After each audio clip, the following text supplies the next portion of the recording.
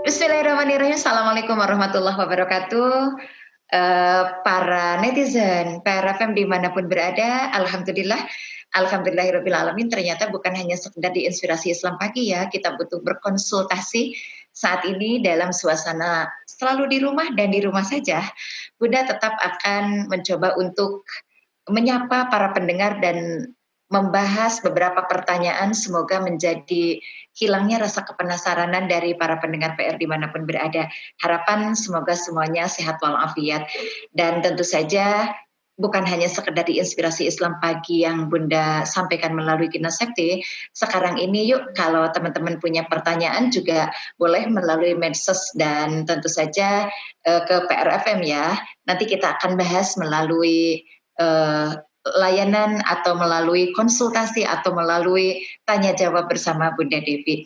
Baik, peserta atau PRFM pencinta PRFM dimanapun berada, ini ada beberapa pertanyaan yang sudah masuk di medsos yang insya Allah akan kita bahas. Ada sahabat kita nih, Teh Ari, beliau menyapa kita dengan Assalamualaikum Bunda, Waalaikumsalam Teh Ari. Ada yang mau ditanyakan, kata Teh Ari. Di saat pandemi seperti ini, katanya otomatis sholat itu di rumah. Ya, semua kita sholat di rumah insya Allah. Yang menjadi pertanyaan Teh Ari, tetap ingin berjamaah, tapi kok nggak pede gitu baca Quran dizaharkan atau dilafazkan, karena khawatir saja ada keliru-keliru tajwidnya. Nah, apakah boleh dalam sholat berjamaah untuk tarawih, baca Qurannya dipelankan atau disirkan? Begini Teh Ari, sebenarnya tidak masalah baca Quran ketika kita sholat berjamaah disirkan. Artinya tidak akan mengurangi keabsahan atau kesahan sholat manakala kita berjamaah kemudian baca Qurannya disirkan, karena memang ada beberapa waktu sholat yang ketika kita berjamaah ternyata baca Qurannya tidak dikeraskan, yaitu sholat zuhur, sholat asyar. Nah, kemudian kaitannya dengan sholat tarawih, ya kita lakukan di rumah, kemudian kita berjamaah dengan anak, lalu kita menjadi imam, dan bacaannya tidak kita jaharkan, tidak kita keraskan, sebetulnya tidak jadi masalah, artinya tidak mengurangi kesempurnaan sholatnya. Tetap sholatnya akan sempurna, tetapi tentu saja hilangkan saran dari Bunda, hilangkan ketidakpedean, yakinkan bahwa sekecil apapun yang dibaca oleh ibu untuk mengimami anak-anaknya, anak-anak itu akan bangga loh dengan suara ibunya. Anak-anak akan merasakan nyaman nyaringnya bacaan ayat Al-Quran ibunya. Nah, kalaupun kemudian yang kedua belum pede dengan bacaan-bacaan yang panjang, Bunda pikir bacalah yang kita rasakan mudah, bacalah yang kita benar-benar sudah hafal, karena di dalam Al-Quran juga Allah menyatakan dalam firman-Nya, Fakro matayassaro minal Quran. Ketika kita sedang sholat lalu membaca ayat-ayat Al-Quran, khawatir kemudian ada kal-kal yang membuat kita tidak nyaman, tidak pede, maka Fakro matayassaro, baca yang kamu rasakan lebih mudah, baca yang kamu anggap lebih mudah. Jadi sahabat Teh Ari, sahabat netizen dimanapun berada, Islam itu diturunkan dan menurunkan perintah tidak untuk menyulitkan umatnya. Jika belum bisa membaca dengan jahkar, gak jadi masalah, bacalah dengan sir. Tapi yuk gali kepedean kita untuk bisa membacanya dengan jahar, walaupun tentu deg-degannya masih ada. Allah hargai kok deg-degan itu menjadi sesuatu yang teristimewa. Itu pertanyaan pertama. Kemudian pertanyaan kedua, ideal sekali, kata Teh Ari, saya ingin sekali sholat berjamaah itu diimami oleh suami. Tapi seringkali banyak alasan, salah satu di antara alasan yang muncul, sholat sendiri aja biar lebih khusyuk, lebih bisa banyak sholat sunatnya, lebih bisa menikmati sholat-sholat atau bacaan sholatnya. Jadi intinya mah menolak untuk sholat, menjadi imam dalam sholat berjamaah. Bagaimana hukumnya yang seperti ini? Begini, para netizen serta tentu saja Teh Arini yang sudah mengirimkan pertanyaan, terima kasih. Semoga menjadi inspirasi buat yang lainnya. Allah Subhanahu wa taala berfirman loh di dalam surat An-Nisa surat keempat ayat 34. Firman Allah, ar-rijalu qawwamuna 'alan nisa bima hafadallahu ba'dahum 'ala ba'di wa bima anfaqu min amwalihim. Firman Allah, seorang suami itu qawwamuna, menjadi pemimpin. Di dalam bahasa syariat, kata pemimpin itu juga bisa disebut dengan istilah imam. Jadi suami itu adalah seorang imam.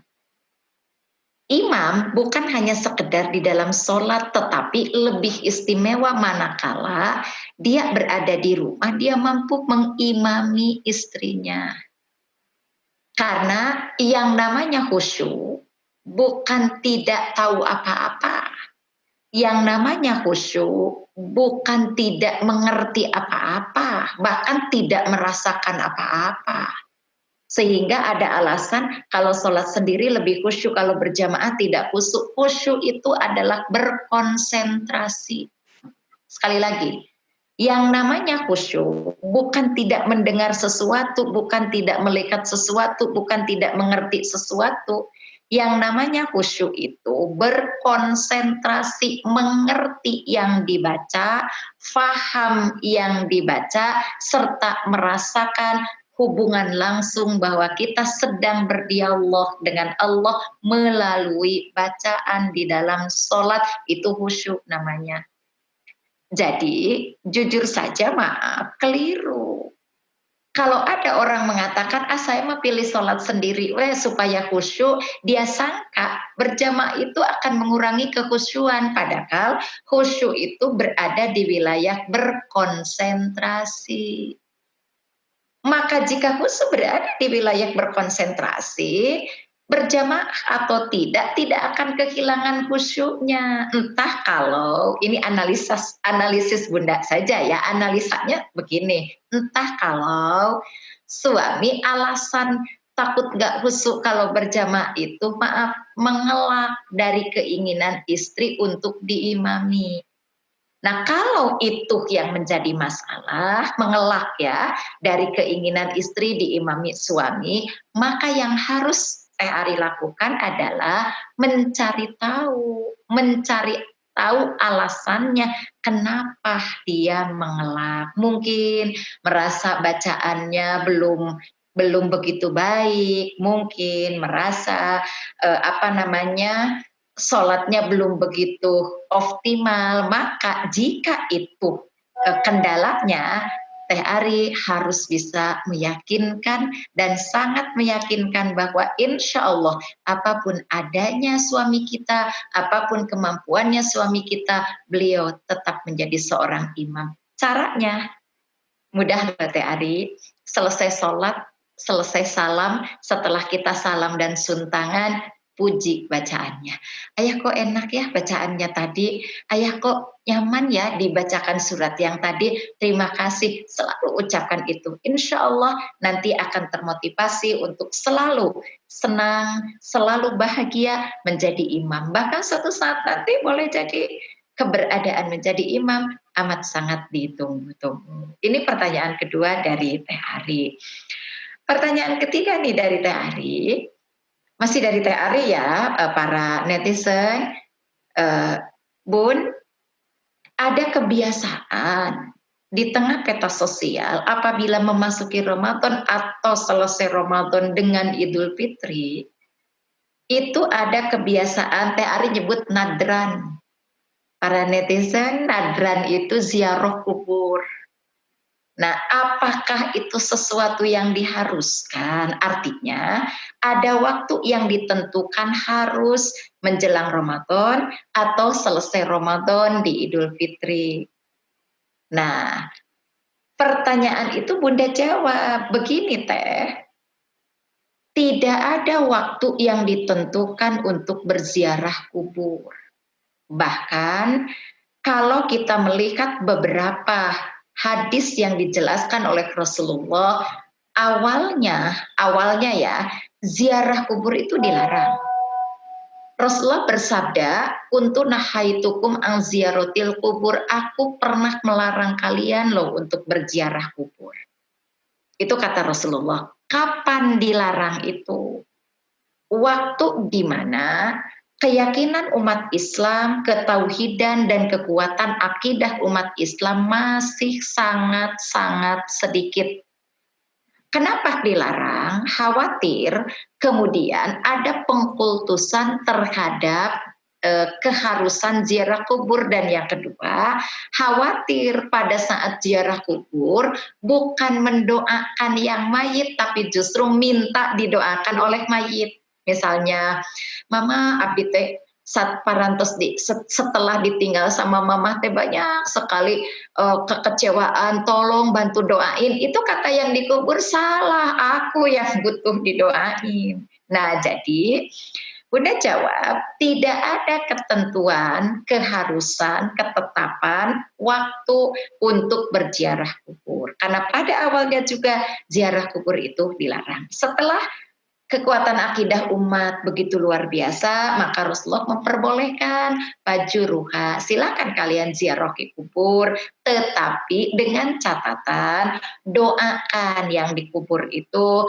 ada azab. Azab itu tata sopannya, lakukan, tidak boleh duduk di atas kuburan, ya, tidak boleh ngomongin kejelekan orang yang sudah wafat itu, ya. Kemudian tidak boleh bercanda atau mengemukakan hal-hal yang kira-kira tidak pantas untuk kita lakukan di tempat yang sepantasnya kita justru bertafakur dan bertazabur tentang kematian gitu. Tong seerting kumur nute para ruguh gitulah, ya. Jadi teh kalau orang mau ziarah kubur itu di waktu menjelang Ramadan, setelah Ramadan tidak dilarang, tapi jangan sampai dianggap harus di waktu-waktu itu. Itu pertanyaan Teh Ari, 3 pertanyaan. Baik Bunda, ke pertanyaan berikutnya ini ada hamba Allah yang pertanyaannya luar biasa, para netizen dimanapun berada, luar biasa karena sehubungan dengan hal yang sedang terjadi pada kondisi sekarang ini. Pertanyaannya begini, Bunda, Bismillahirrahmanirrahim, Bunda, seandainya sampai Idul Fitri masjid masih ditutup, sholat sunnah Idul Fitri di lapangan masih ditutup, ibadah apa yang bisa kita lakukan di rumah sebagai pengganti sholat Idul Fitri? Pertanyaan ini luar biasa mengingatkan, ya. Bunda jawab pertama dulu. Belum ada keputusan sebagai ketetapan yang dijadikan sebagai landasan hukum atau landasan dasar untuk dijadikan hukum dari fatwa MUI. Belum ada. Jujur belum ada. Yang sudah ada itu adalah fatwa tentang zakat fitrah, yaitu dalam kondisi seperti ini zakat fitrah jika berada di wilayah yang amat sangat membutuhkan bantuan masyarakatnya, maka boleh zakat fitrah dibagikan. Itu baru itu. Nah, tentang sholat Idul Fitri, yang paling tepat Bunda jawab adalah kita pantau, kita tunggu keputusan dari MUI nanti baiknya bagaimana. Andai dalam keadaan seperti ini ternyata di masjid belum dibolehkan, berjamaah bareng-bareng di lapangan juga kita nggak boleh berkumpul banyak-banyak, kita tunggu. Tapi paling tidak Bunda akan berikan solusi. Apa yang bisa kita lakukan? Pertama adalah perbanyak tasbih, takbir, tahmid, tahlil. Seperti yang biasa kita lakukan dengan istilah takbiran, tapi di rumah masing-masing. Dan tentu tidak harus keras-keras kalau memang menjaga situasi kondisi. Tapi kalau kemudian mau kita lakukan dengan bukan keras ya, dengan suara nyaring sehingga dari rumah ke rumah bergelora, bergema, terus sambung menyambung, kan nanti malah menjadi sesuatu yang indah. Menjadi sesuatu yang di luar kebiasaan, bahkan menjadi sesuatu yang tidak terfikirkan secara logika. Kita menghiasi rumah kita dengan takbir, tasbih, tahmid, tahlil. Contoh, dari satu rumah, lalu rumah berikutnya, Allahu Akbar, la ilaha illallah, wallahu akbar, Allahu Akbar, walillahil hamd. Nah, dari rumah ke rumah, bukan dari rumah menuju ke masjid, tapi dari rumah ke rumah kita gelorakan takbir, tasbih, tahmid, tahlil. Kita isi, kita hangatkan, kita gemakan situasi kemenangan bahwa kita sudah selesai melakukan sebuah bukti ketaatan dan ini adalah sebuah perlombaan hebat, sebuah perlombaan luar biasa dan alhamdulillah insya Allah mudah-mudahan kita lulus. Jadi pertama kali yang kita lakukan adalah gemakan takbir, tasbih, tahmid, tahlil. Bun isin bisi nusanes ente atau kita jadi lisan dengan suara yang nyaring pelan tapi nyaring Allahu Akbar di rumah kita. Nah lalu apakah harus melaksanakan sholat Idul Fitrinya atau tidak? Begini, dalam keadaan darurat sholat Idul Fitri tentu saja pernah dilakukan ketika Rasulullah Shallallahu Alaihi Wasallam sudah berkumpul di lapangan, lalu turun hujan besar, lalu berpindah ke masjid.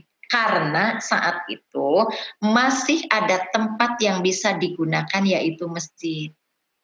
Nah sekarang masjid pun bukan ditutup sebetulnya, tetapi dianjurkan untuk tidak ada kegiatan yang melibatkan orang banyak. Jadi kita luruskan dulu nih gaya bicaranya supaya tidak terkesan ini adalah sesuatu yang melanggar aturan, masa tempat ibadah ditutup.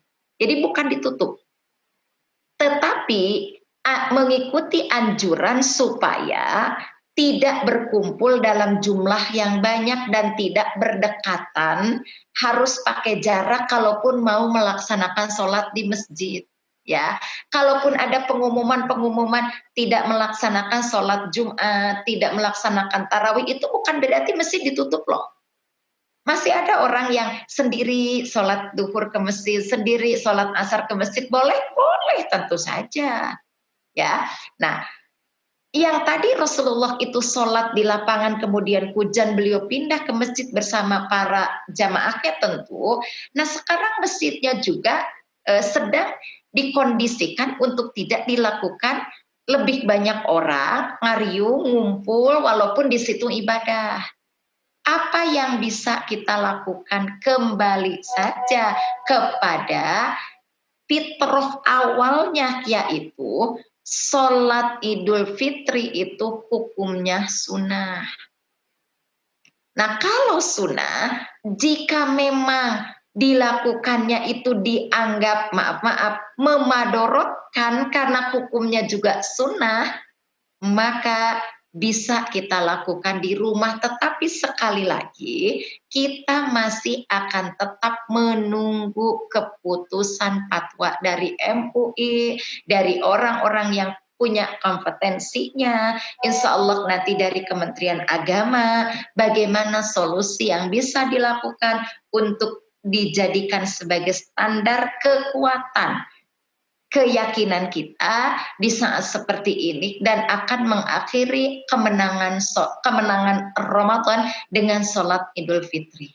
Ya, nanti kita akan tunggu secara gamblangnya harus seperti apa. Tapi andai ternyata memang di masjid seperti tadi sudah dilarang untuk berbanyak-banyak berkumpul, di lapangan juga begitu. Apakah boleh sholat ini dilakukan di rumah masing-masing selama rukun dan syaratnya terpenuhi? Nggak masalah. Sekali lagi, selama rukun dan syaratnya terpenuhi untuk sholat Idul Fitri. Apa saja rukunnya, apa saja syaratnya, ada khutbah idnya. Jadi kalaupun dilakukan di rumah bukan hanya sholatnya, tapi harus memenuhi kriteria-kriteria yang memang menjadi menjadi tolak ukur keabsahan sholat itu dilakukan. ya. Jadi harus ada khutbah idnya, harus ada takbirnya atau takbirannya, yang tadi takbir, tasbih, tahmid dan tahlilnya. Kemudian setelah itu ada khutbah idnya, kemudian baru dilakukan sholat idnya. Bagaimana di rumah Bunda? Siapa imamnya? Siapa penceramahnya? Kalau makmum pasti ibu, anak dan yang lain-lain. Tapi siapa imamnya dan siapa penceramahnya? Ini teknis-teknis yang masih kita akan tunggu bagaimana kebijakan dari para ahlinya, terutama Majelis Ulama Indonesia untuk memberikan arahan fatwa apa yang bisa kami lakukan oleh masyarakat umum untuk mengantisipasi hal ini. Karena tentu saja diperkirakan pada saat Idul Fitri ini diperkirakan khawatirnya kita masih berada pada kondisi seperti ini sehingga tidak mungkin kita melaksanakan sholat id di lapangan atau sholat id di masjid. Jadi keputusan dari Bunda kita masih akan tetap menunggu, mudah-mudahan nanti akan cepat ada solusi untuk kita informasikan kepada masyarakat. Tapi yang pasti lakukan hal-hal yang bisa kita lakukan seperti kita bertasbih, bertakbir, bertahmid, takbiran lah istilahnya. Lalu kita sholat 2 rakaat, entah itu bisa masuk sholat duhanya, bisa masuk sholat menjelang Idul Fitrinya atau sholat idnya, kemudian nanti disampaikan khutbah idnya.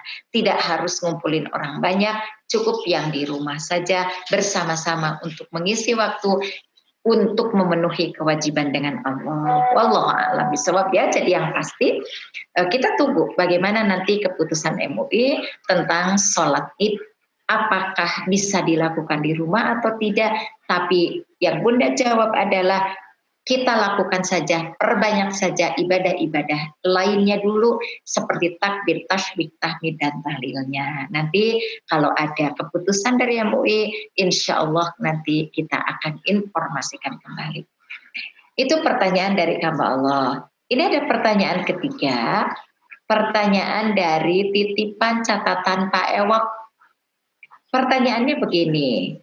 Assalamualaikum Bun, waalaikumsalam warahmatullahi wabarakatuh. Bun, apa benar kalau kita pelihara hewan peliharaan, misalnya ada kucing, ada anjing bersih kok, lalu hewan peliharaan kita itu mati, apa benar kita menanggung dosanya? Begini Kang, yang akan bertanggung jawab terhadap amal setelah kematian itu hanya manusia. Ya, sekali lagi, yang akan bertanggung jawab terhadap amal perbuatan setelah kematian itu hanya manusia. Jadi, selain manusia mah tidak ada tanggung jawab. Sebab itu singkat saja Bunda jawab, jika kita punya hewan peliharaan lalu dia mati, apakah kita bertanggung jawab dosanya? Lambok binatang manda punya dosa kok. Gak ada perhitungan dosa, namanya juga binatang, tapi kalau manusia sudah pasti kita harus ikut bertanggung jawab. Misalnya anggota keluarga kita mati lalu dia berbuat dosa, maka jika dosa itu dilakukan karena kita tidak mengajarkannya untuk tidak melakukan dosa itu, maka kita akan ikut bertanggung jawab. Tapi jika ternyata kita sudah mengingatkan, mengarahkan, tapi kekeh gitu, maka tentu itu tanggung jawab untuk dirinya sendiri. Itu loh para netizen, para pencinta inspirasi Islam yang kali ini masuk di di medsos. Kemudian tentu saja Bunda tidak akan berhenti-berhentinya mengajak kepada siapapun pencinta inspirasi Islam untuk bergabung bersama kami, bersama teman-teman yang lainnya juga. Silakan bisa bertanya melalui medsos atau WhatsApp-nya PRFM. Nanti pertanyaan-pertanyaan para netizen itu akan kita bahas walaupun tidak keburu di Inspirasi Islam Pagi yang disiarkan antara kerjasama antara Gina Septi dengan PRFM. Kita akan buka layanan setiap Sabtu insya Allah. Kita akan buka jawab pertanyaan bersama Bunda Devi melalui pertanyaan melalui medsos dan jawab pertanyaan dari para netizen ya. Jadi jangan sungkan, gunakan kesempatan ini mumpung kita masih diberi oleh Allah waktu dan keleluasaan untuk bisa memanfaatkan kesempatan. Tidak ada kata berhenti belajar sekalipun kita tetap di rumah dan tidak bisa bertatap muka, tidak ada istilah kata tidak memperdalam agama atau pelajaran tentang keilmuan untuk pemahaman ibadah selagi kita masih diberi kesempatan untuk hidup di muka bumi ini. Yuk perbaiki segala dan semua perbuatan kita, semoga akan menjadi catatan terbaik buat kita semua. Baik para netizen yang dimuliakan Allah, dan tentu saja kita tetap punya cinta untuk saling menginformasikan hal-hal teristimewa. Itu barangkali ulasan dari beberapa pertanyaan yang hari ini bisa Bunda bahas. Mudah-mudahan insya Allah pekan depan, di Sabtu pekan depan ya, insya Allah kita akan bahas kembali pertanyaan-pertanyaan dari para netizen. Terima kasih, mohon maaf atas segala kekeliruan. Semoga kebersamaannya menjadi kebersamaan yang paling terindah dan itu akan menjadi bekal untuk kita dimuliakan oleh Allah Subhanahu wa taala. Nasrun minallah wa fathun qarib wa basyiril mu'minin. Aqulu qauli hadza wastaghfirullah li wa lakum walhamdulillahi rabbil alamin. Assalamualaikum warahmatullahi wabarakatuh.